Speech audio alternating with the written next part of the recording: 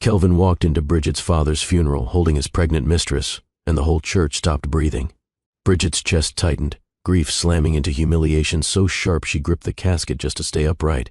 But she didn't break. She lifted her chin, steady and quiet, knowing Kelvin had no idea what was coming. "Welcome to Mr. Graham's story, my beautiful, amazing family. Y'all have been so supportive, and I promise to always do my best to give you the best as I learn and improve every day. If this is your first time watching my video, please comment below with where you're watching from and hit subscribe to officially join the family. Now let's get into today's story." The morning felt heavier than anything Bridget had carried in years. The sky hung low over Mississippi, thick with gray light that seemed to press gently against the small church where her father's service was being held. Inside, the choir hummed softly, a sound that wrapped itself around the room like a warm, familiar blanket, steady, respectful, comforting. Bridget stood near the front, fingers curled around the side of her father's casket. She tried to hold herself steady, letting the memory of his voice drift through her mind. "You're strong, baby, stronger than you know." She repeated that to herself between breaths, between the aches spreading through her chest, between the quiet goodbyes whispered by neighbors who had watched her grow from a little girl into a woman her father was proud of. The church felt full, not crowded, just full of presence. Elders dressed in their best Sunday clothes, women wearing hats tilted just so, children sitting on laps, people from porches, from childhood block parties, from years of memories. Bridget recognized almost every face. These were people who mourned with their whole hearts, people who honored a man like her father, a man who built respect through kindness, not noise. She didn't expect peace today, but she expected dignity, a safe space to grieve without being wounded again. But minutes before the pastor could begin, the double doors at the back creaked open. The air shifted, not with wind, but with tension so sudden the entire room leaned toward it. Whispers moved like a soft wave, because Kelvin stepped inside. Kelvin, her husband by paper, her heartbreak in real time. A man she once held close, a man who brought laughter into her life before bringing silence that stung worse than arguments ever could. His presence alone would have been enough to rattle her. But what stopped Bridget's breath was not him. It was the woman beside him. A woman holding onto his arm. A woman whose rounded belly told a story Kelvin never had the courage to say out loud. The mistress, pregnant, 6, maybe 7 months, standing beside him at her father's funeral as if she belonged anywhere near that sacred moment. The hum from the choir fell apart mid-note. All movement in the room paused. Even the pastor's eyes widened, words stalling on his tongue. Bridget froze. Every thought vanished except the one question pressing through her ribs. "How dare you?" Kelvin didn't look at her at first. His gaze flickered across the room, landing briefly on familiar faces that quickly turned cold. His suit was neat, expression practiced, but there was something underneath, an uneasy shift in his posture, the smallest tightening of his jaw. The mistress held his arm a little closer, stiff but determined. Bridget could tell she had been coached. Stand still, say nothing, follow Kelvin's lead. She wasn't confident. She was clinging to an idea she didn't fully understand. Someone in the third row let out a soft lord, under their breath. Bridget's fingers dug into the wood of the casket. Her knees trembled once, but she shifted her weight and steadied herself. Her father raised her to face storms without falling apart in public. Mississippi women didn't crumble where their elders could see them. So she lifted her chin, not high enough to seem proud, just enough to reclaim the space Kelvin tried to steal from her. He finally met her eyes. A flicker of guilt crossed his face, quick, shallow, and swallowed by the usual arrogance he wore like cologne. He gave the smallest nod, as if that counted as respect. Bridget didn't return it. This wasn't a day for him. This wasn't his moment to take. This was the last goodbye she would ever give her father. Kelvin walked down the aisle, each step sinking deeper into the quiet judgment of the room. People didn't whisper out of cruelty. They whispered out of shock, out of anger on Bridget's behalf, out of disbelief that a man could carry so little awareness or care. He chose a seat far closer to the front than he ever deserved, easing the mistress into the pew beside him. She shifted, uncomfortable with the stairs, pressing a hand over her belly as if to shield herself. Bridget inhaled shakily, forcing her breath to travel all the way down to her stomach. She wouldn't give Kelvin the satisfaction of seeing her break. Not here. Not today. An older woman touched Bridget's elbow gently and whispered, "Hold your head, baby. God sees everything." Bridget nodded once. She turned back to her father's picture, him smiling, full of life, full of pride. She whispered, "Daddy, I hope you see me trying." Her heart cracked quietly in a way no one could hear. But something else moved inside her too, something small but solid. Not anger, not revenge, a beginning, because Kelvin walked in with a secret on his arm. But Bridget carried a secret of her own, one powerful enough to shift the ground beneath both of them. And he had no idea. The service moved forward, but the room didn't soften. The pastor tried to regain his rhythm, voice steady but carrying an edge that hadn't been there before. The choir eased back into a low hum, but even their voices felt unsure, like they were still recovering from the blow Kelvin delivered when he walked in. Bridget didn't look in his direction, but she felt him, felt the weight of his presence pressing against her back like a chill sneaking through a cracked window. She kept both hands on the casket, fingers brushing lightly over the polished wood, as if touching her father could help her stay grounded. People approached her in quiet waves when the pastor invited the congregation to view the body. Some held her hand. Some hugged her softly. Some only nodded, knowing that words wouldn't reach far enough today. Nobody looked at Kelvin, or rather, they looked through him. Bridget could hear subtle whispers rising from different corners of the church, tones dipped low but carrying enough frustration to feel like small thunderclouds. A shame. On a day like this, he really brought her here? With that girl, bold as ever. She handled herself better than I would have. Bridget didn't flinch. She kept her face gentle, focused, refusing to let the buzzing tension pull her into their noise. But inside her chest, something continued to throb. When the viewing line passed their pew, Kelvin stood stiffly. He didn't step forward to touch the casket. He didn't kneel. He didn't bow his head. He simply waited until the line moved past him again, then sat down like he hadn't just shattered the most vulnerable moment of her life. His mistress shifted again, crossing one leg over the other, then uncrossing it, unsure where to place herself in the room. Her dress clung to her belly, announcing the life she carried. Every time her hands traveled to her stomach, Bridget felt another small, sharp twist. Not jealousy, not even heartbreak. It was the memory of dreams she once held, quiet, fragile ones she never shared with anyone but her father, dreams of raising a child with Kelvin in a home filled with respect and partnership. A life that ended long before today, but still left shadows. Bridget's lungs tightened for a moment, but she breathed through it. She wasn't the woman who clung to hope and empty promises anymore. The pastor invited the family to stand. Bridget stepped forward with a few close relatives, eyes focused, voice steady as she recited the prayer she had written the night before. Her father loved simple words that carried weight, so she honored him with something honest, something that didn't try too hard, something real. When she finished, the church murmured their amens. Behind her, she could feel Kelvin's stare burning, confused by her calm. She didn't give it attention. When the service ended, the atmosphere loosened, but not enough to relieve the strain Kelvin had put in the air. People lingered, giving Bridget space but staying close enough to show she wasn't alone. As she moved down the aisle, Kelvin rose. The mistress scrambled to stand beside him, slipping her arm through his again as if worried he'd drift away. Bridget kept her steps easy, unhurried, the same way her father always walked through life, present, steady, never in competition with chaos. When she reached their row, Kelvin spoke her name softly, almost like a question. Bridget. She didn't stop. She didn't look at him. She didn't even break stride. Someone behind her whispered, "Good for her." The mistress blinked rapidly, unsure whether to look offended or small. Her grip on Kelvin's arm tightened. Kelvin's jaw flexed, just slightly, but the gesture was enough to reveal his discomfort. Because something he'd always relied on, Bridget's softness, wasn't there. Not today. At the exit, one of the mothers of the church, a woman who used to braid Bridget's hair when she was little, stepped close, squeezing her arm gently. "Baby, you walk through that like the queen you are," she whispered. Bridget offered a faint smile. "Trying my best." "You don't have to try," the woman replied. "It's already in you." As the conversation ended, Kelvin approached again, faster this time, leaving the mistress a few steps behind. His voice trembled slightly when he called out her name again. "Bridget, please, can we talk?" She stopped. Not because he deserved the pause, because she refused to run from anything in front of her. She turned just enough to meet his eyes. Hers were tired, but clear. "Kelvin, not here." There was no shake in her tone. No crack, no hint of instability, just a calm boundary. Kelvin looked around at the people listening.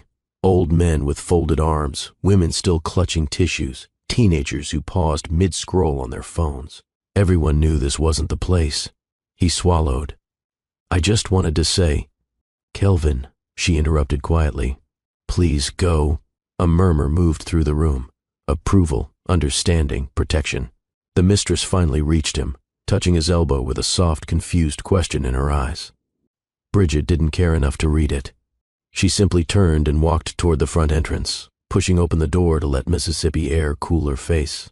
The sunlight hit her skin softly, warming her in a way that felt like her father's last blessing. Out here, the noise faded.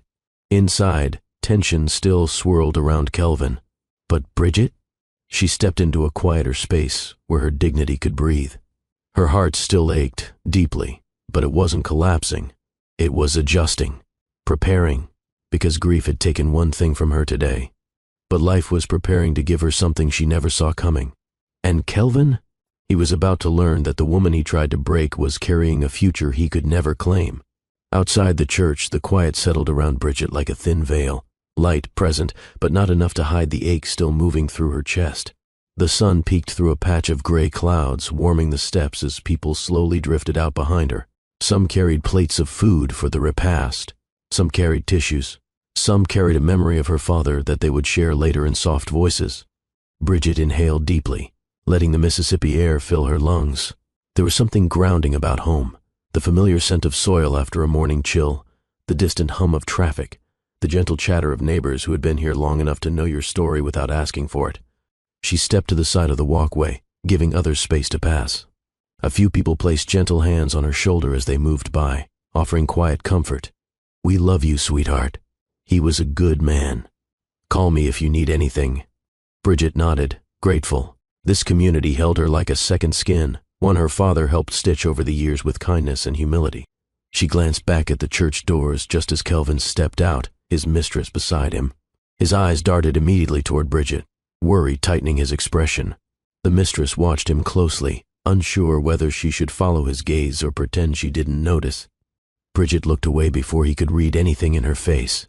That was the moment her phone vibrated softly in her jacket pocket. She hesitated, then pulled it out. The caller ID made her breath catch. It was the legal office. She angled herself away from the crowd and answered quietly. Hello, Miss Bridget, the warm voice greeted. We're reaching out with an update on your father's estate. Everything is continuing exactly as he instructed. The transfer will be finalized soon. We just need your signature on one more document. No rush today, of course. We just wanted to keep you informed. Her heart tightened. Of all days, she hadn't expected this call. Thank you, she whispered. I appreciate you letting me know.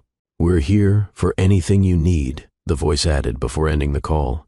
Bridget lowered the phone slowly. Her father's plan, his decision, his trust, it all pressed gently against her chest. She wasn't thinking about the money, not in a material way. She was thinking about the meaning. Her father had never been loud about his accomplishments. He worked in quiet determination, building things brick by brick, investment by investment. He didn't brag. He didn't show off. He lived simple because he believed in security, not display. And he chose her to carry that forward. Her eyes stung, but she blinked the tears back. She could almost hear his voice. You're my girl. I know you'll take care of what matters. Before she could fully settle in that thought, Kelvin's footsteps approached from behind. She didn't turn, but she felt him stop, close enough that she could sense his hesitation. Bridget, he said softly, almost gentle. She closed her eyes briefly. Not out of pain, but out of exhaustion. What do you need, Kelvin? She asked without looking at him. He shifted his weight, his breath catching like he was preparing for an uncomfortable truth. I wanted to say, I'm sorry for earlier. His voice trembled, barely noticeable but real. Bridget finally turned, keeping her face calm. For bringing someone, or for everything that made today worse?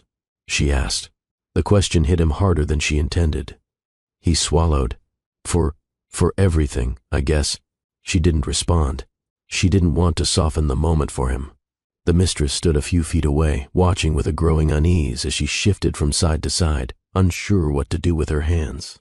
Kelvin glanced at her briefly before returning his focus to Bridget. "I shouldn't have shown up like that," he said. "I thought maybe it would be okay." "You thought wrong," Bridget said quietly. His shoulders slumped. "I know." A few seconds passed before another wave of guests stepped outside, temporarily interrupting the tension. Bridget stepped aside to allow them space. Kelvin did the same, hands dropping to his sides in defeat. Once the walkway cleared, Bridget took a slow breath. "I'm heading to the repast," she said, voice neutral. "I need to be with my family." Kelvin opened his mouth, closed it, tried again. "Can we talk later?" "We'll see," she replied. Not a promise, not a refusal, just space. Space he no longer had the privilege to fill. She moved past him with quiet strength, walking toward the parking lot where relatives were gathering around cars and swapping stories about her father. The sound of their laughter mixed with grief reminded her of childhood summers, long days on porches, music drifting from open windows, her father grilling and telling jokes that made neighbors lean in with joy. As she walked, her phone buzzed again. A text from the legal office. "Your father left a personal note within the estate folder. Please read it when you're ready." The message rested on her screen like a soft weight. She didn't open it. Not yet. She tucked her phone away and exhaled, focusing on the path ahead. Kelvin remained behind, still staring after her. His mistress finally touched his arm, her eyes searching his face with a hint of worry. He didn't reassure her. He didn't smile. He didn't speak. He just watched Bridget leave, confusion sharpening his features. Because something in her was different, not distant, not cold, just growing.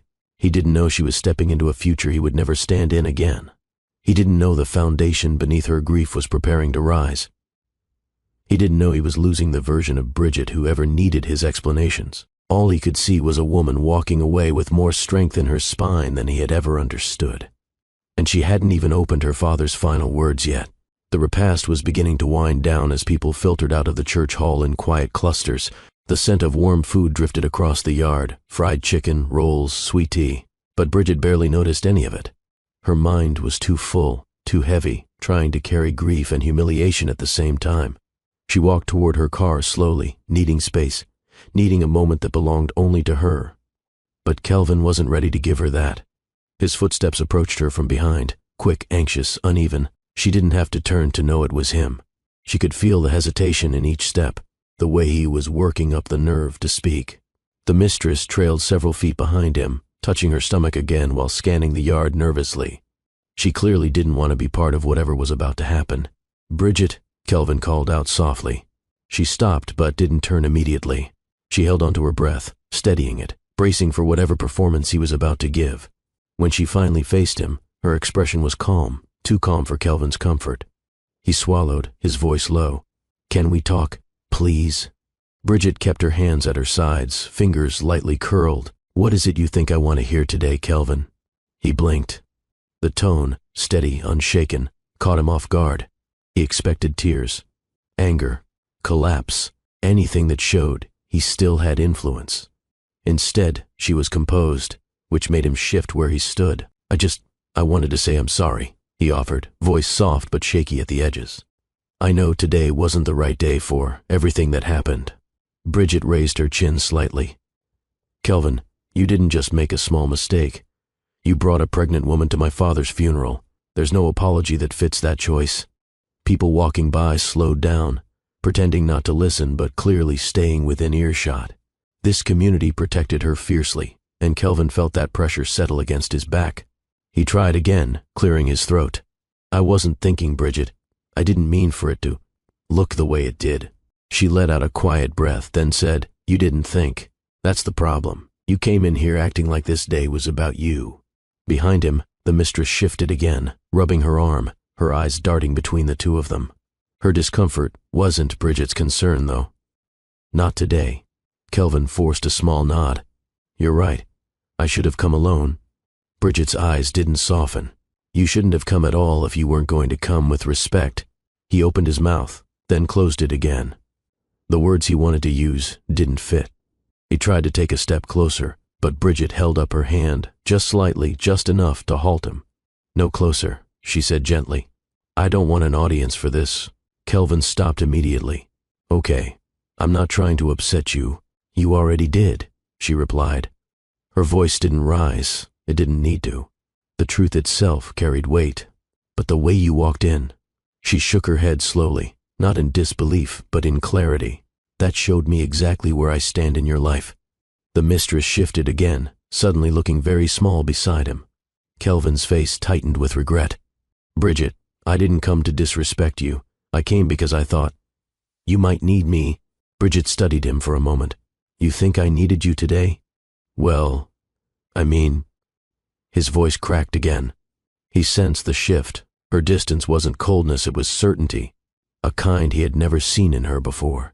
She stepped back a little, not to run, but to create room for herself. "Kelvin, I stood alone beside my father's casket today because that's what daughters do. I didn't need your comfort, and I definitely didn't need confusion walking through those church doors." He rubbed the back of his neck, frustrated. "Bridget, don't talk like I don't care. Caring isn't the same as showing up correctly," she said. Kelvin froze. That line cut deeper than anything she'd said before. Not sharp, not cruel, just true, brutally true. The mistress watched Kelvin's reaction carefully, sensing this was a conversation she wasn't prepared for. Bridget continued, "You cared when it was convenient. You cared when it didn't cost you anything. But bringing her today?" She motioned gently toward the woman behind him. "That wasn't care. That was selfish." Kelvin's shoulders slumped. He looked down briefly, collecting himself, then met her eyes again. "I know I messed up. I know I should have thought about what this would do to you." "You didn't think about me," Bridget answered. "You thought about yourself." He didn't argue. He couldn't, because that was the truth he'd been running from. Her voice softened, not for him, but for herself. "Kelvin, this isn't the place. And this isn't the moment. I'm grieving my father. That's the only thing I'm focusing on today." The words created a boundary so firm even the air around them seemed to recognize it. Kelvin nodded slowly. Okay. I understand." He stepped back, defeated, glancing toward the mistress, who looked away as if embarrassed by everything she had witnessed. Bridget took one final breath. "We'll talk another day, but not today. You've taken enough space already." Kelvin's chest rose and fell with something like regret, or fear of losing control of a story he used to influence. He nodded again, murmured, "I'm sorry," and turned away. Bridget remained still for a moment, letting her muscles relax. The weight of confrontation eased from her shoulders as she exhaled into the soft Mississippi air. The worst of the moment had passed, and she had stood through it without breaking. Bridget stepped away from the yard and toward the quieter side of the church, needing space to breathe. Her chest felt tight, not from tears she refused to let fall, but from everything she'd managed to hold steady in front of Kelvin. She wasn't shaking, but she felt the aftershock of the moment settling into her bones. The sky stretched wide above her, a muted gray that made the afternoon feel still. A soft breeze moved across her skin, carrying that familiar Mississippi blend of damp earth, distant magnolia, and the faint scent of someone grilling 3 houses over. Even in grief, the world didn't stop. Life kept humming around her, steady and indifferent. She leaned against the railing near the side steps, closing her eyes for a moment. A few church members walked past, each offering small gestures of care, nothing intrusive, just quiet signs that she wasn't alone. One older man placed a gentle hand on her arm before heading toward his truck. "You did good today," he murmured. "Your father would have been proud." She nodded, whispering, "Thank you." Another woman stopped briefly, handing her a small pack of tissues with a warm smile. "You held yourself together better than most could." Bridget's lips curved into a soft, grateful smile. "I tried. That's all any of us can do," the woman replied before continuing on. Their support settled around her like a warm layer, not heavy, but grounding. It reminded her of childhood Sundays, neighbors greeting each other on porches, doors left open long enough for smells of dinner to drift into the street, laughter carrying across yards. She exhaled slowly, feeling the first hint of calm. But calm has a way of stirring old memories. Her mind wandered, not reluctantly but naturally, to the beginning, to a time when Kelvin didn't bring chaos into her world, but curiosity, when he didn't bring pain, but possibility. She remembered the first time she saw him. It was at a festival in Jackson, music loud, families dancing, vendors calling out about cold lemonade and fresh catfish. She had been laughing with friends, wearing a sundress that moved easily with the rhythm of the afternoon. Her curls were pinned back with gold clips that caught the sunlight. Kelvin noticed her before she noticed him. He approached with a confidence that wasn't threatening or loud, just sure. She had looked up, surprised when he spoke. "You look like you're having a good day," he said with a small smile. "It's been a while since I've had one," she'd replied, laughing lightly. "But yeah, I guess I am." They talked for hours after that, walking through booths, sharing bites of fair food, finding comfort in the ease of it all. Kelvin wasn't guarded back then. He wasn't rigid or distracted. He was curious, present, genuinely interested in her world. She remembered telling him about her upbringing, porch stories, block parties, her father teaching her how to change a tire before she was even old enough to drive. Kelvin had listened, asking questions that made her feel valued.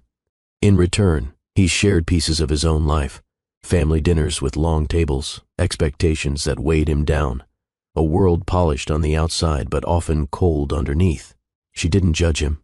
She just tried to understand.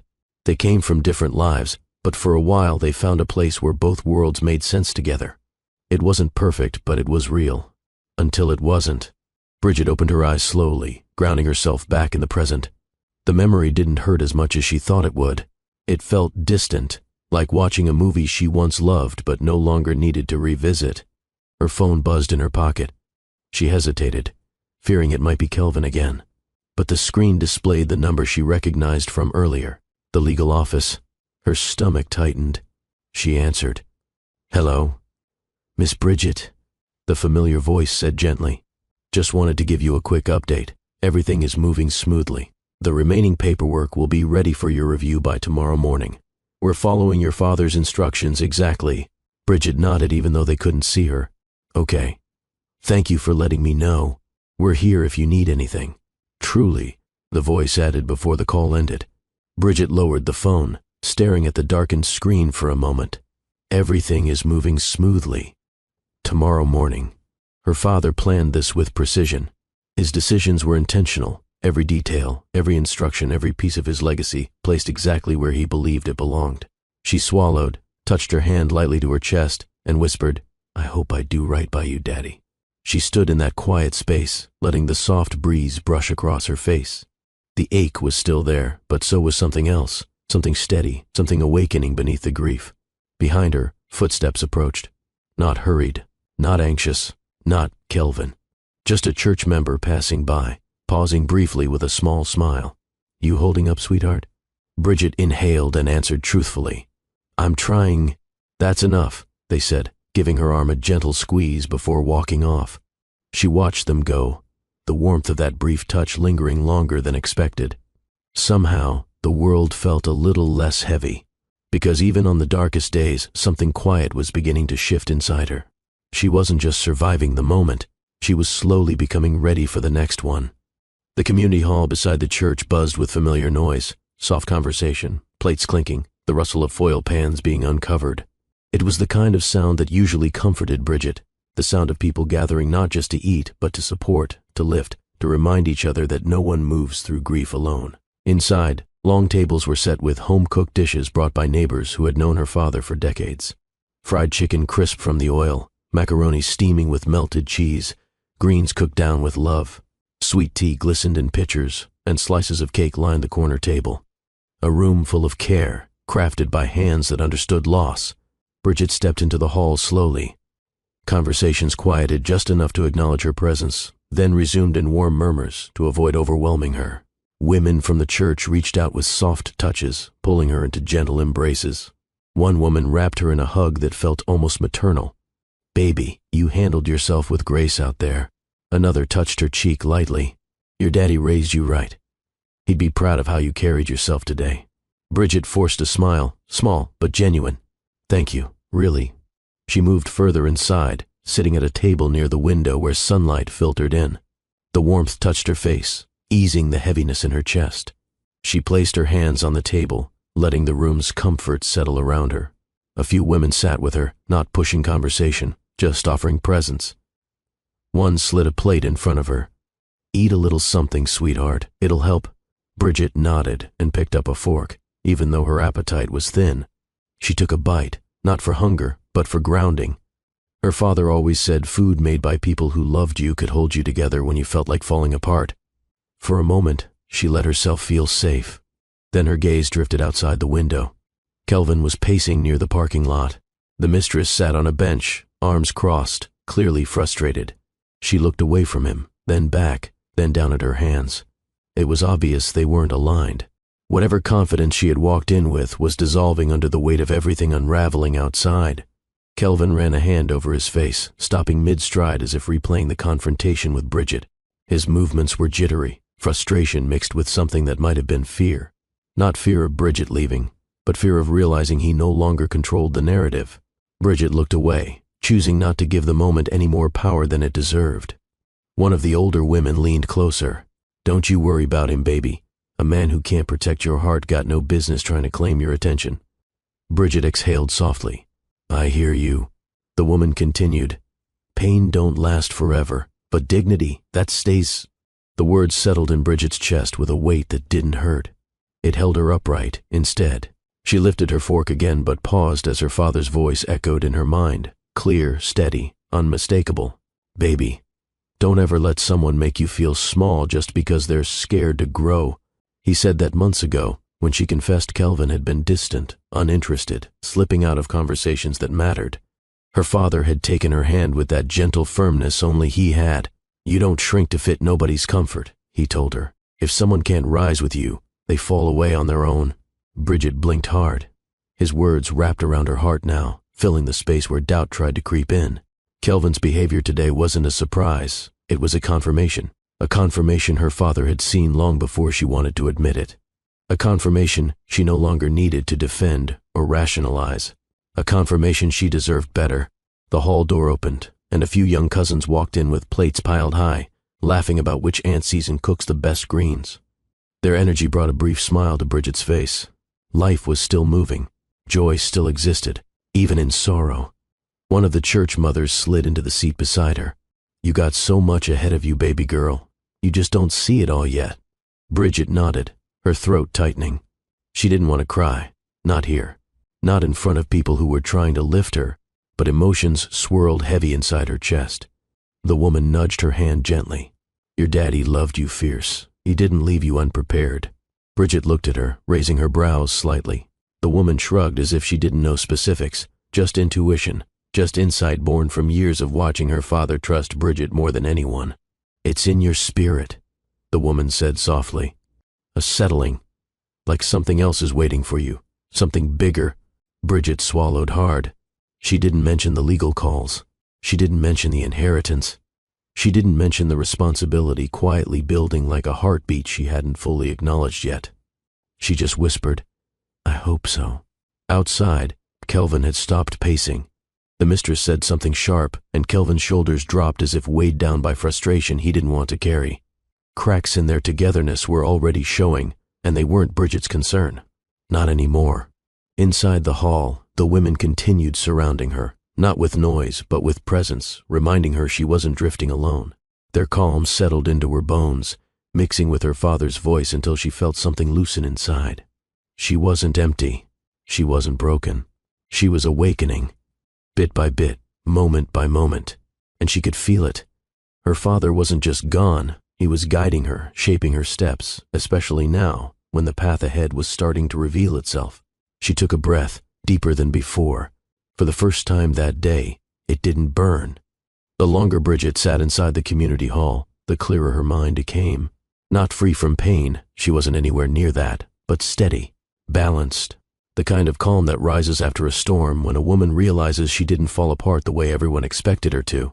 Women moved around her, talking softly, laughing quietly, cleaning up trays of food. There was warmth in the room, a softness she hadn't felt all day. Conversations drifted around her like low music, nothing demanding, just familiar comfort.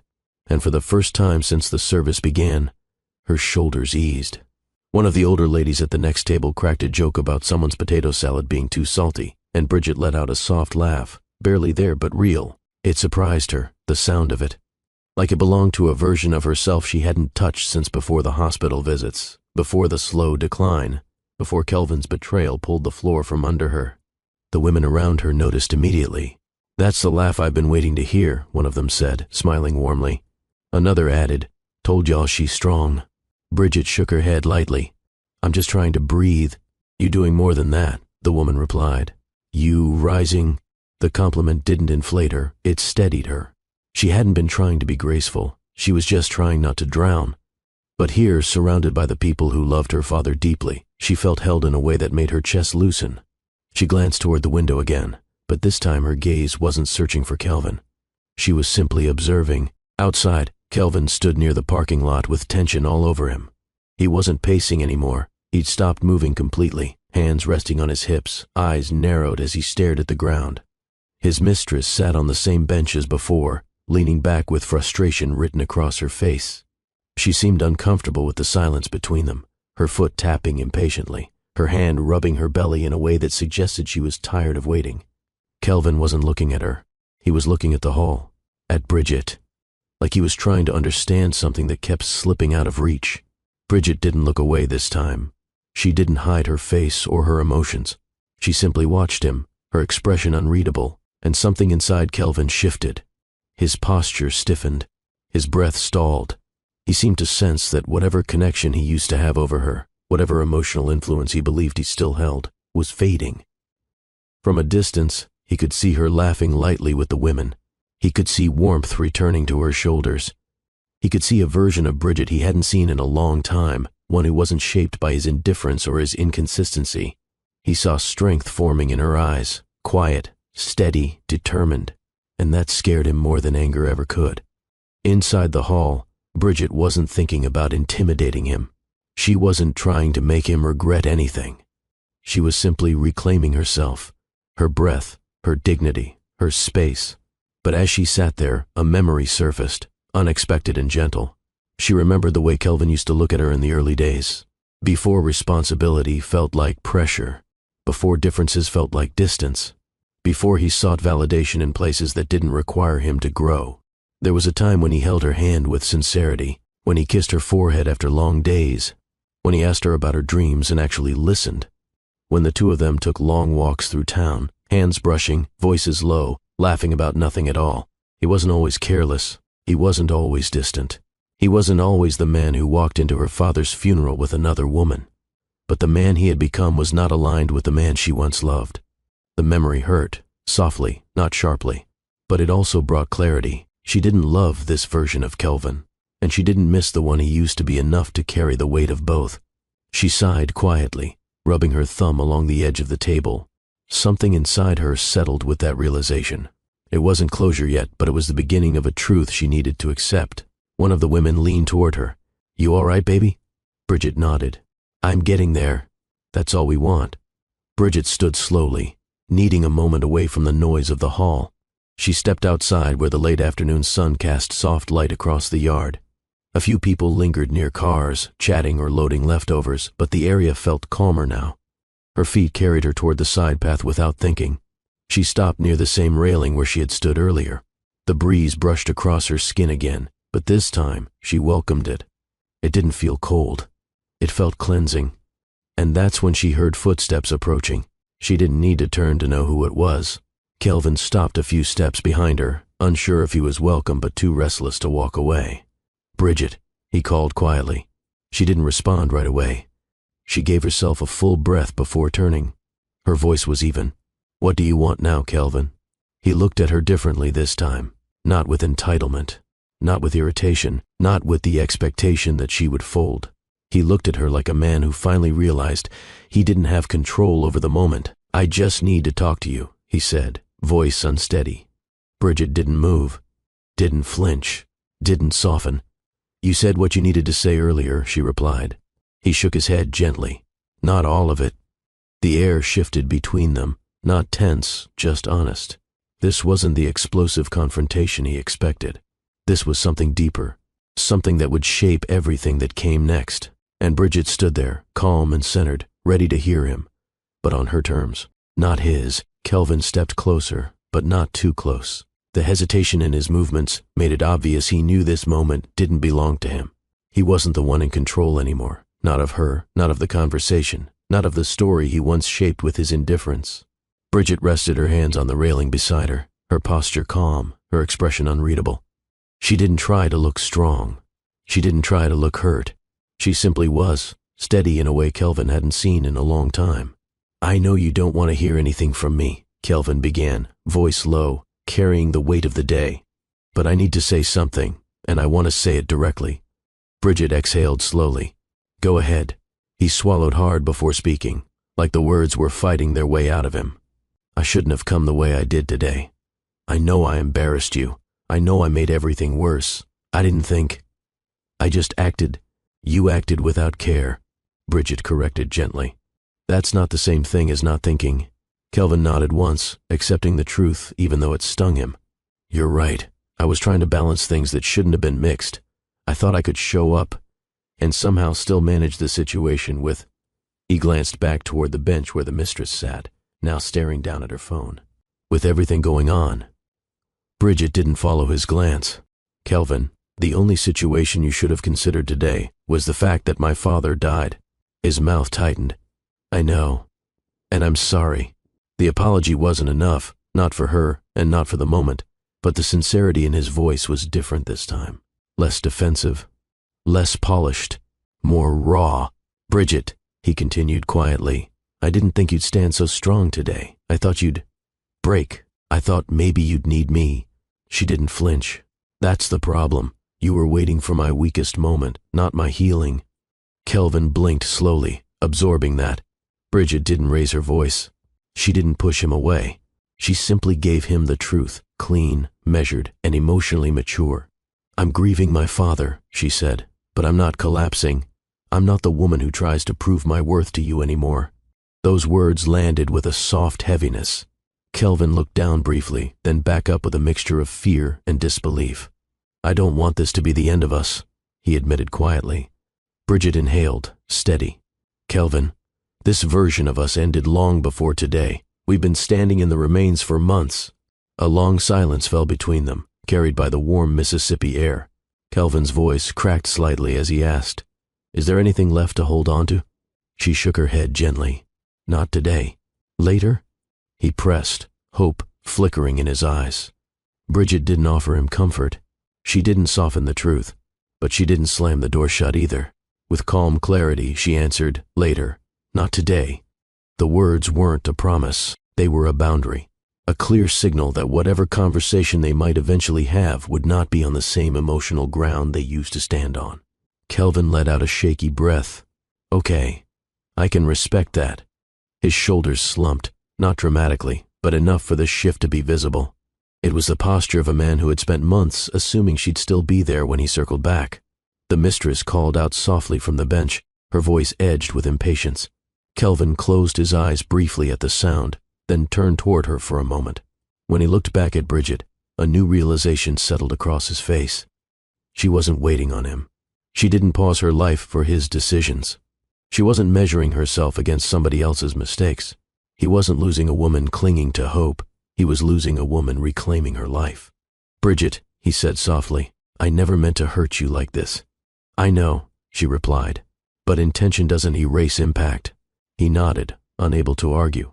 Bridget continued, "You need to go back and handle your situation. I need to handle my healing. We can talk later, if it makes sense, but not right now. Today isn't about us." Kelvin lowered his gaze. "All right." He took a step back, then another. Every inch he retreated, Bridget felt something inside her settle. Not closure yet, but independence. Strength she didn't know she had until she saw herself from the outside, from the eyes of someone who once underestimated her. Kelvin reached the bench where the mistress waited. She stood quickly, looking at him with confusion and annoyance. He didn't say much to her, just a brief shake of his head, signaling a conversation they would have later. As the two walked toward their car, Kelvin looked back one more time. Bridget didn't meet his eyes. She didn't need to. She had already made peace with the truth. She wasn't the woman he left behind. She wasn't the woman waiting for him to come home. She wasn't the woman hoping for his validation. She was stepping into something new, something whole, something hers. She drew in a slow breath, feeling the air settle into her lungs with a fullness she hadn't felt in months. This was her first moment of emotional independence, and she felt it, deeply. Bridget drove home as the Mississippi sun dipped low, stretching warm colors across the sky. The world around her looked still, the way it does in those quiet moments between afternoon and night when everything pauses before shifting into a new rhythm. The soft orange glow brushed over her hands on the steering wheel, and for a brief second she felt something close to peace. Not joy, not relief, but peace, the kind that slips in after a long day of holding yourself together. Her street was familiar, lined with houses whose porches she'd known since childhood. A couple of neighbors sat outside, rocking gently in chairs, giving her small nods of acknowledgement, not prying, not pushing, just seeing her. Bridget nodded back before pulling into her driveway, turning off the engine, and letting silence settle inside the car. She didn't rush to get out. She rested her forehead against the steering wheel for a moment, exhaling the kind of breath that releases things your body has carried too long. When she finally lifted her head, she whispered softly, "I made it through today." Inside, her home felt different, lonely, but not empty. Her father's presence lived in the corners, the jacket hanging near the door, the framed photos lining the hallway, the faint scent of his cologne still clinging to the old recliner he used every morning. Bridget set her keys on the kitchen counter and walked into the living room. She sank onto the couch slowly, hands resting in her lap, body finally letting go of all the tension she had held at the funeral, at the hall, and during the confrontation outside. The quiet wrapped around her like a blanket, and in that quiet, her emotions finally caught up. Her eyes filled first, with tears she had refused to let fall earlier, not because she wanted to be strong, but because she needed to survive the day without letting grief swallow her whole. She tilted her head back, blinking rapidly as the tears rolled down her cheeks in slow, steady lines. She wasn't crying for Kelvin. She wasn't crying for humiliation. She wasn't crying for the way her life had cracked open in front of an entire community. She was crying for her father, for the man who had always been her anchor, the one who taught her how to ride a bike on this very street, the one who worked long hours yet still found time to teach her how to change a tire, the one who sat at the kitchen table giving advice that didn't make sense until life tested her. She heard his voice again, gentle, deep, carrying that blend of patience and humor he always had. "Baby, don't let anyone make you forget who you are." She closed her eyes tighter, letting the tears fall freely now. His words felt like warm hands on her shoulders, steadying her. "I'm trying, Daddy," she whispered. "I'm really trying." The room felt still, but not vacant. She felt him. His love, his belief in her, his certainty that she was capable of standing on her own. It didn't make the loss easier, but it gave her strength in the middle of it. After a while, her tears slowed. She wiped her cheeks gently and sat up straighter, breathing deeper. A strange calm settled inside her chest, a calm that didn't erase her pain but made space around it. This was the beginning of healing. Not quick, not loud, but real. She stood and walked to the window, pulling the curtain slightly to the side. The sky outside was streaked with purple now, fading into night. Porch lights flickered on up and down the street. A dog barked somewhere in the distance. The world moved on, but she stayed still, just for a moment longer. As she watched dusk turn into early evening, she whispered a sentence she hadn't said in months. "I'm going to be okay." The words surprised her. They didn't feel forced. They didn't feel like something she said just to hear herself speak. They felt true, quietly, gently, honestly true. She let the words linger in the air, letting them sink into her spirit. Because saying "I'm going to be okay" wasn't about pretending. It was about choosing hope, even while hurting. She wiped her eyes one more time and stepped away from the window. She walked toward her father's chair, running her fingers gently over the worn armrest. "I hope you're proud of me," she whispered. She didn't expect an answer, but she felt something soften inside her chest, and that was enough.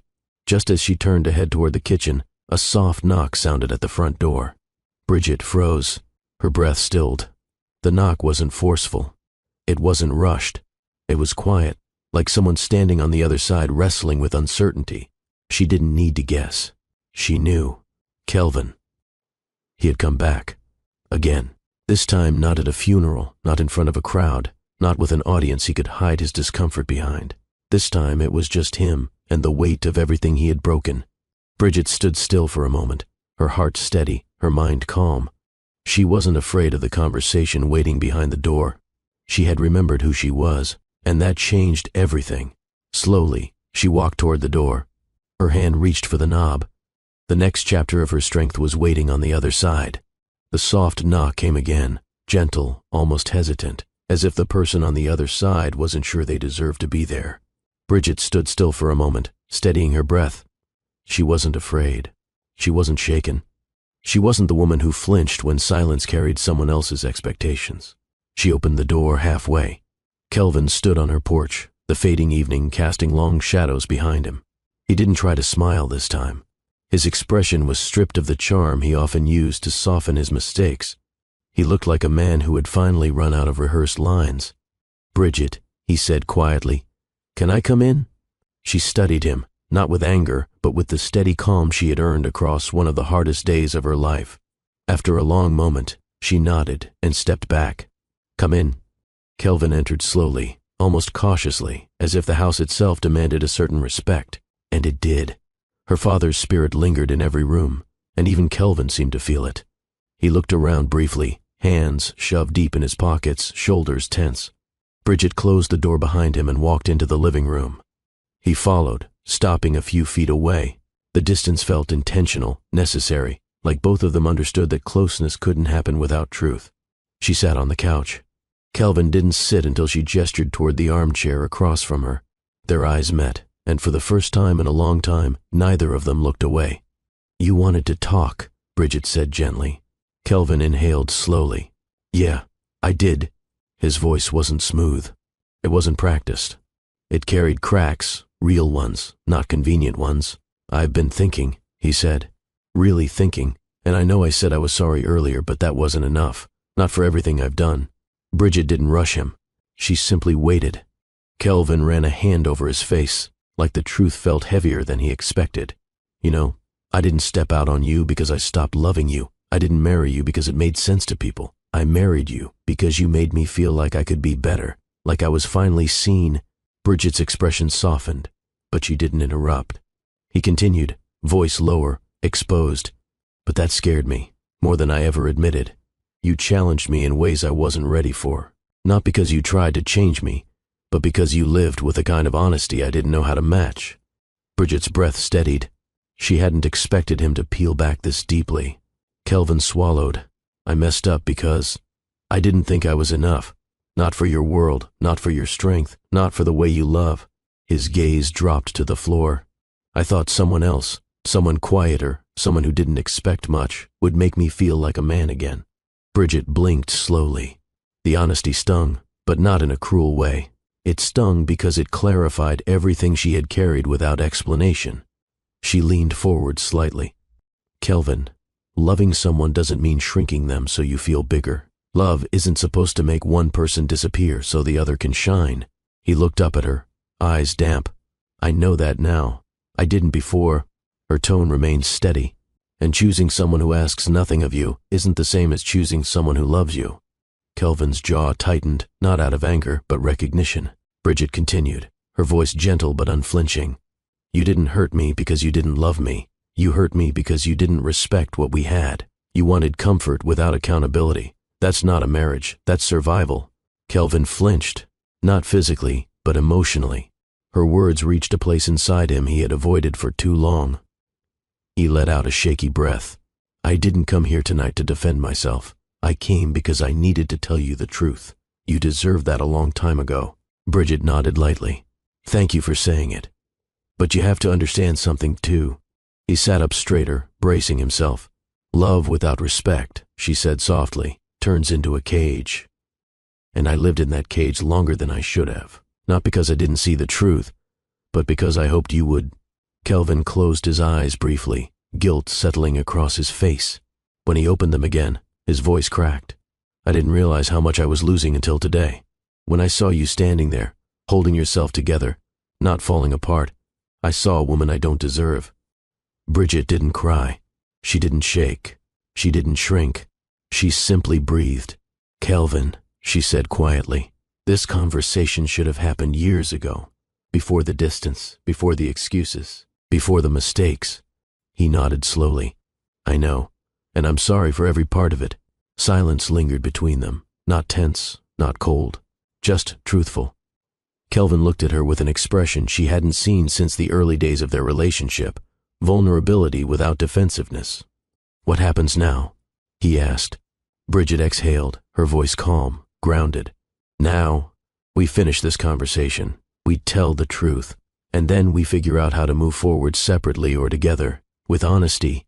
Kelvin nodded, accepting that this moment wasn't leading where he hoped, but he stayed seated, ready to hear the truth he had avoided for too long. Bridget finally felt it, the shift. The power wasn't in control.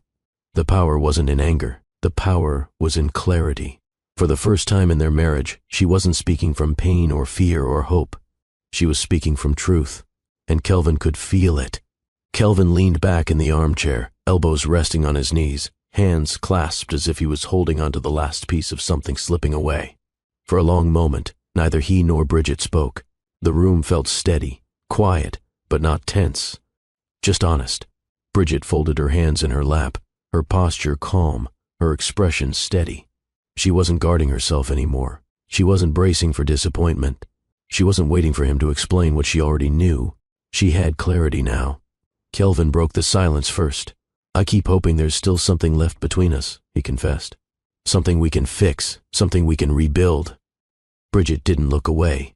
"Kelvin, we're not standing in something fixable. We're standing in something finished." He blinked slowly, the words hitting him deeper than anything she had said earlier. "You're saying there's no hope?" he asked quietly. She breathed in deeply before answering. "Not for what we used to be." Kelvin swallowed hard, trying to steady his voice. "I know I don't deserve forgiveness, but I'm asking if there's a chance, any chance, that someday you might want us again." Bridget let the moment land before she responded. She wanted her next words to be gentle, not cruel.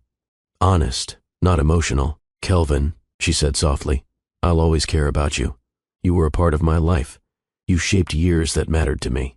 But caring about someone doesn't mean going back to the place where you kept losing yourself." His shoulders lowered, not in defeat, more in realization. Bridget continued, "I spent a long time believing love required patience without limits. But I've learned something. Patience without respect turns into self-neglect." Kelvin's jaw trembled slightly. She didn't reach for him. She didn't soften the truth. She simply offered it with the dignity she'd earned through pain. "You didn't break us because you stopped loving me," she said. "You broke us because you didn't know how to stay committed when things weren't easy." Kelvin nodded slowly, fighting the emotion rising in his throat. "You're right. I wasn't strong enough to face myself, so I ended up hurting you instead." Bridget's voice stayed steady, "And I let myself hold on to hope long after the relationship stopped holding me." Kelvin closed his eyes briefly, breathing carefully. When he opened them again, something raw flickered through his expression. "I thought showing up today might open a door," he whispered. "Maybe not right away, but eventually." Bridget's face softened. "Showing up with her didn't open a door, Kelvin. It closed one." His throat tightened visibly. Bridget leaned back slightly, hands resting together. Her voice remained warm, but her boundary clear. "The truth is, I'm moving in a different direction now, not because of what you did today, but because I finally understand what peace feels like. And I'm not willing to lose that again." Kelvin swallowed hard. "So, this is it?" She nodded. "Yes. This is the goodbye we should have spoken instead of pretending things would magically fix themselves." His breath caught, not dramatically, just a small, painful inhale that revealed how deeply he felt the moment. He looked around the room slowly, eyes lingering on the photos of her father, the small objects that made this home hers. It dawned on him, really dawned, that he no longer belonged in the life unfolding here. He rose from the chair slowly. Bridget stayed seated, watching him, not coldly, but with a calm acceptance that confirmed her decision. Kelvin hesitated, then said quietly, "You know I never imagined losing you." Bridget stood now, her voice gentle. "You didn't lose me today, Kelvin. You lost me the moment you stopped choosing us. Today just brought the truth to the surface." His eyes lowered. "I'm sorry. For everything." "I know," she replied. "But apology doesn't rebuild a foundation that isn't there anymore." As she walked him toward the door, her phone buzzed on the side table. The screen lit up long enough for Kelvin to catch a glimpse of the sender before she turned it over quickly. His brow furrowed. He didn't say anything, but the confusion flashed across his face clearly. Another message from the estate office. He noticed it. He didn't understand it, but he knew it was significant. Bridget didn't offer an explanation, not out of pride, out of peace. Some truths didn't need defending. Some blessings didn't need announcing. Kelvin lingered at the doorway, one hand resting lightly on the frame. He studied her like someone memorizing a moment he knew he would never get back. "Goodbye, Bridget," he whispered. She nodded, her expression calm. "Goodbye, Kelvin." He stepped out onto the porch. For a brief moment, he paused as if waiting for her to call after him. She didn't. He walked down the steps slowly, the night settling around him. Bridget watched quietly as he reached his car. When he opened the door, he hesitated again, but she didn't move. This time, he closed the door softly. It wasn't dramatic. It wasn't angry. It wasn't rushed. It was acceptance. A door that didn't slam. It simply closed itself. When his car pulled away, the sound faded into the Mississippi night, leaving the street quiet again. Bridget locked the door gently, leaning her forehead against it for just a breath before stepping back into her home. She wasn't empty. She wasn't undone. She was free.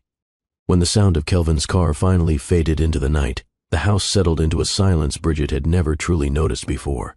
Not an empty silence, a peaceful one. The kind that fills a room after the last echo of a heavy conversation dissolves. The kind that feels like a soft exhale from the walls themselves. Bridget closed the door gently and stood still for a few seconds, holding onto the knob as if grounding herself between two worlds. The world where she once belonged to someone who didn't value her, and the world she was slowly stepping into. She let her hand drop and took a slow breath. The quiet wrapped around her with surprising warmth. She walked into the living room, the soft glow of the lamp casting a calm light across the space. Her father's chair sat exactly where it always had, angled slightly toward the old TV, positioned, in a way that always made her laugh because he claimed it was the perfect angle for thinking. Tonight, she sat in that chair, not to replace him, but to feel closer. The cushion dipped gently under her weight. She rested her hands on the arms of the chair and exhaled, her shoulders relaxing for the first time since the funeral. The earlier heaviness, the grief, the humiliation, the confrontation, finally slipped away enough for her body to rest. She tilted her head back slightly and closed her eyes. Her father wasn't gone. Not entirely, not in the ways that mattered. She felt him the way she felt warm sunlight on her back, quiet but present, steady but not overwhelming. "Daddy," she whispered into the stillness. "I did it. I let him go." The words were soft but full, carrying years of attachment, confusion, misplaced forgiveness, and hope that had finally released its grip on her heart. "I didn't think I could," she continued, her voice a little shaky, "but I did." She rested her palm flat against the arm of the chair, imagining his large, warm hand covering hers the way he used to when she was little. In her memory, she heard him say exactly what he always told her after. "Long days, baby. Peace don't always come easy, but it comes." A small smile lifted the corner of her mouth. She didn't open her eyes. She didn't need to. The house felt full in a way it hadn't earlier, like love was settling into every corner. After a while, she stood and walked toward the window. Outside, the street was quiet. Porch lights glowed across the neighborhood, and a faint scent of night-blooming jasmine drifted through the slightly cracked window. She pressed her fingertips lightly against the glass. She thought of Kelvin, how broken he looked as he walked away. For the first time, she didn't feel the sting of longing or the ache of disappointment. She felt compassion, yes, but compassion standing at a safe distance. Compassion without attachment. She whispered softly, "I hope he finds his way, but I'm not his path anymore." That truth settled into her chest with surprising comfort. She stepped away from the window and walked to the kitchen. She filled a glass with water, took a long sip, and set it down slowly. Every movement felt intentional, gentle, like she was relearning what it meant to move in her own space without emotional weight pulling her backward. When she stepped back into the living room, her eyes drifted toward the framed photo of her father on the side table, him in his favorite hat, smiling like he could see 5 minutes into the future and still not worry. She picked up the frame carefully and held it close. "You knew I needed today," she said quietly.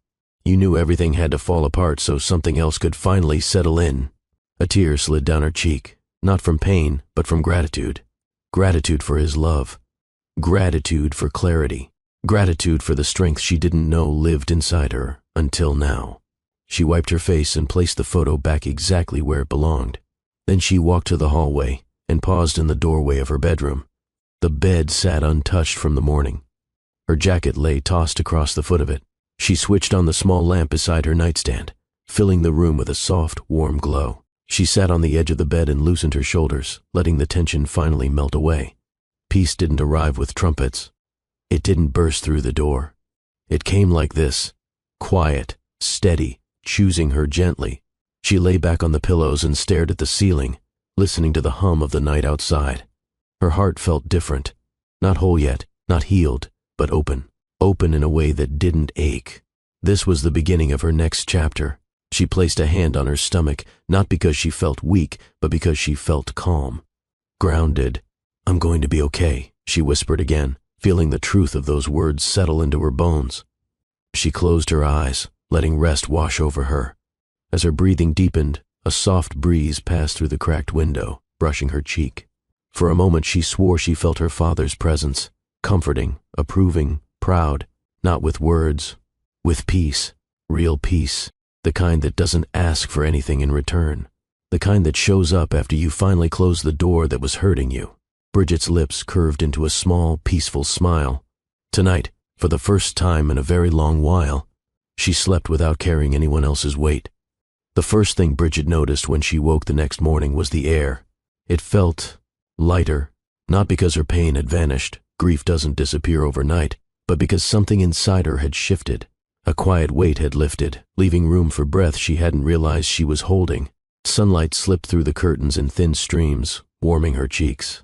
For the first time in weeks, she didn't wake with tightness in her chest, or that familiar loop of unanswered questions pulling at her spirit. She stirred slowly, stretching her limbs before sitting upright on the edge of the bed. Today felt different, not louder, not brighter, just clear. Bridget stood and walked barefoot down the hallway, her home unusually still. She brewed coffee the way her father taught her, strong, but softened with a little sweetness. The aroma filled the kitchen, reminding her of mornings when he'd hum softly while reading the newspaper. She smiled at the memory. As she sat at the table, cradling the warm mug between her palms, her phone buzzed. She glanced at the screen and recognized the number immediately, the legal office handling her father's estate. Bridget inhaled deeply, steadying herself. She answered, "Good morning." The voice on the other end was warm, gentle, aware of the emotional territory being crossed. "Good morning, Miss Bridget. We're calling to confirm that the full transfer of the estate has been completed. All assets, accounts, and holdings have been officially moved in accordance with your father's instructions." Bridget closed her eyes, letting the weight of those words settle. It wasn't the money she felt. It was the final act of love behind it. Her father didn't just leave her resources. He left her security, independence, freedom. "Thank you," she whispered. "There's one more thing," the representative continued. "Your father left a handwritten note inside the final document folder. He asked that it be read today." Her throat tightened. "I'll come by shortly."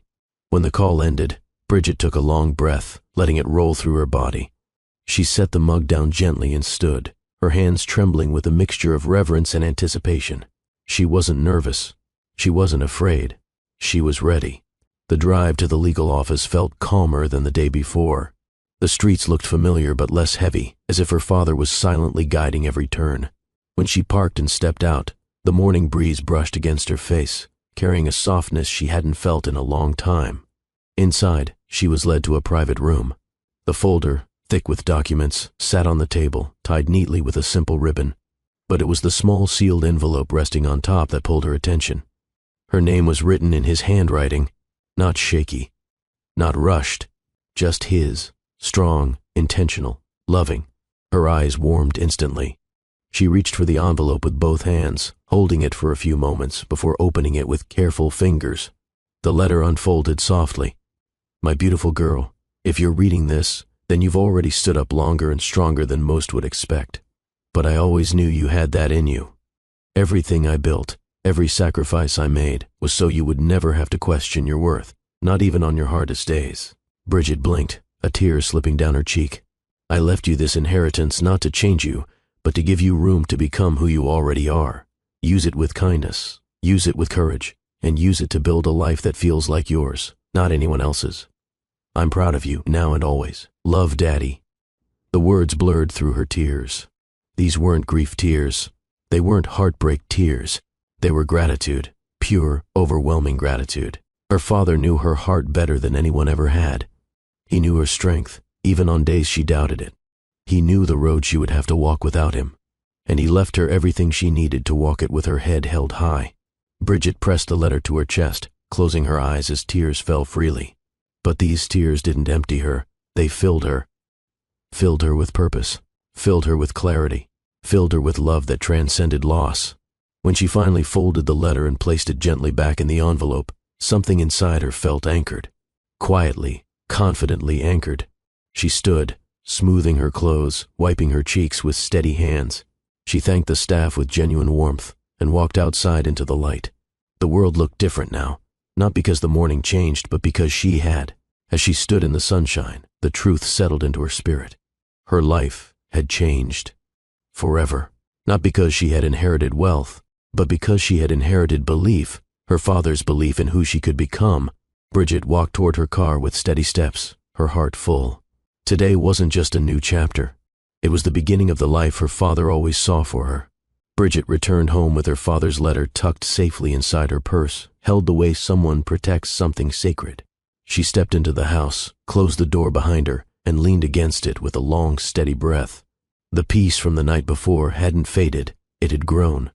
It wrapped around her like quiet reassurance, reminding her she was finally moving towards something that felt true. She walked into the kitchen and placed the letter gently on the counter, fingers brushing the edges as if she was still absorbing every word. She poured herself a glass of water, sipping slowly, grounding herself in the moment. A sudden knock interrupted the stillness.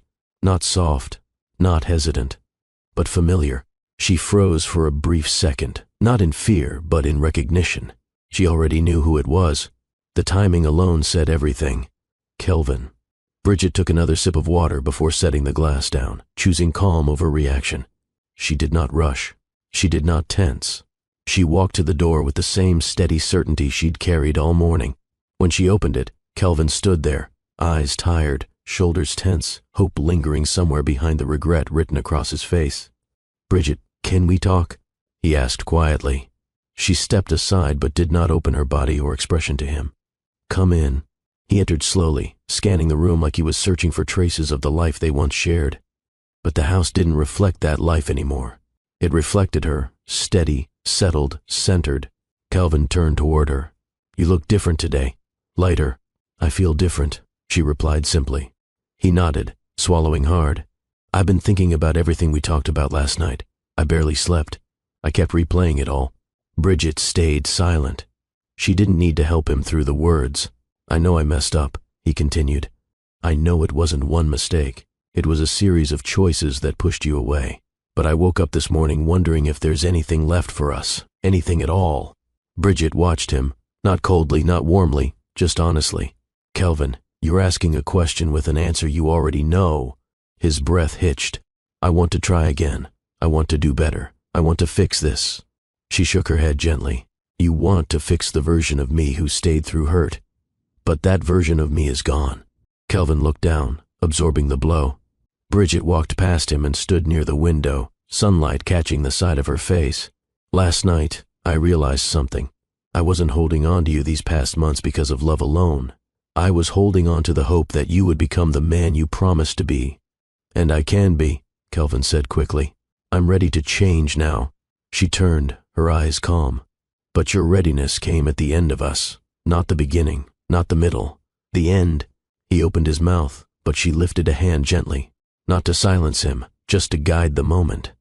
"Kelvin, I'm not angry anymore. I'm not hurting the way I was. I'm not even waiting for an apology. I've just let go." Those words shook him more than any argument could have. He stepped closer. "Bridget, please. I know I don't deserve another chance, but..." She shook her head again. "This isn't about deserving. It's about direction. And you're not in the direction I'm going." Kelvin's face tightened with emotion. "Is there someone else?" Bridget blinked slowly. "No, there's just me. And for the first time in a long time. That's enough." He exhaled shakily, the truth landing deeper than he expected. "Can't we at least try to rebuild something?" he asked softly. "We could," she answered truthfully. "But it wouldn't be love. It would be memory. And memory isn't reason enough to stay." Kelvin looked toward the counter and saw the envelope. The same envelope with the estate office logo partially peeking out. His eyes narrowed slightly, confusion flickering through his expression. "What's that?" he asked. Bridget didn't move toward it. "Something personal." There was no hesitation, no explanation, no guilt. just protection of her peace. Kelvin seemed to sense that whatever that envelope represented, however little he understood it, it wasn't meant for him. He nodded slowly. "You're really done, aren't you?" She stepped closer, voice warm but steady. "I'm done with the version of us that kept hurting both of us. And I'm done waiting for you to choose what you should have chosen without effort." He closed his eyes briefly, his breath catching again. "I never thought I'd lose you." "You didn't lose me today," she said softly. "You lost me in the moments you didn't show up when it mattered." Kelvin opened his eyes, and for the first time, he looked completely aware, not confused, not defensive, not proud. Aware. Bridget walked toward the door and opened it gently. She didn't gesture. She didn't force him out. She simply made the path clear. He stood in the doorway, looking at her like she was a memory he finally understood too late. "Goodbye, Bridget," he whispered. This time, her voice didn't shake. "Goodbye, Kelvin." He stepped outside. He didn't linger. He didn't try again. He walked away with the quiet resignation of someone finally facing the consequences of every choice he made. When Bridget closed the door this time, it wasn't heavy. It was peaceful, and the life unfolding behind it was finally hers. The afternoon sun stretched across Bridget's living room in soft, honey-colored light, warming the floorboards and brushing gently against her shoulders. The house felt different now, still quiet, but no longer carrying the weight of endings. Instead, it held beginnings, new ones she was finally ready to step into. After Kelvin left, Bridget took a few minutes to breathe deeply, allowing her spirit to settle. No shaking hands, no tightening chest, no lingering ache. The emotional detachment she'd felt during their final conversation wasn't coldness. It was clarity. It was acceptance. It was freedom. She walked into the kitchen and retrieved her father's letter from the counter, holding it with the reverence of someone touching sacred ground. She unfolded it once more, reading the words she already knew by heart. Use it with kindness. Use it with courage. Build a life that feels like yours. She pressed the note against her chest, whispering, "I will." Then she looked around her small home, the place where she learned heartbreak, healing, and resilience, and she felt something she hadn't felt in a long time. Possibility. Later that evening, she stepped out onto the porch with a notebook in her hand. The sky above Mississippi was painted in rich streaks of orange and purple, fading into deeper shades as the sun dropped lower. Neighbors sat on porches, musicians practiced on street corners, and kids chased each other through front yards.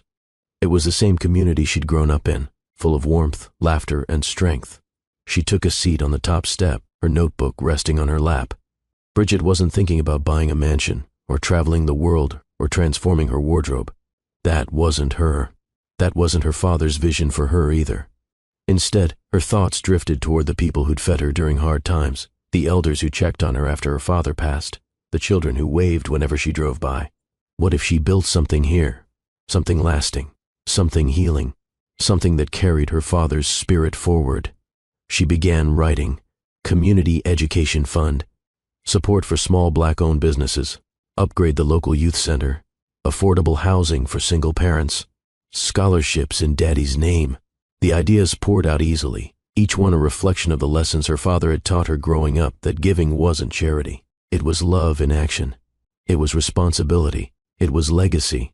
She wiped her eyes as she wrote, not because she was sad, but because she felt full. Completely, beautifully full. A soft breeze lifted the edges of the page, and she paused, breathing in the gentle night air. The streetlights flickered on one by one. Kids were called indoors, and the world settled into an easy rhythm. Bridget looked up at the sky. "Daddy, I hope you can see this," she whispered. "I'm becoming who you raised me to be." The truth was simple. Her rise had nothing to do with money. Her rise began the moment she chose herself. She rose when she refused humiliation to take her dignity. She rose when she stood tall at a funeral meant to break her. She rose when she didn't chase someone walking away. She rose when she welcomed peace into her home. And she rose when she realized her worth didn't depend on the love of a man, but the love she carried within herself. The inheritance was a blessing, yes, but it wasn't the source of her strength. She was the source. Her father only gave her the room to become what he already saw long before she did. As the sun finally dipped behind the rooftops, Bridget closed the notebook and held it against her chest.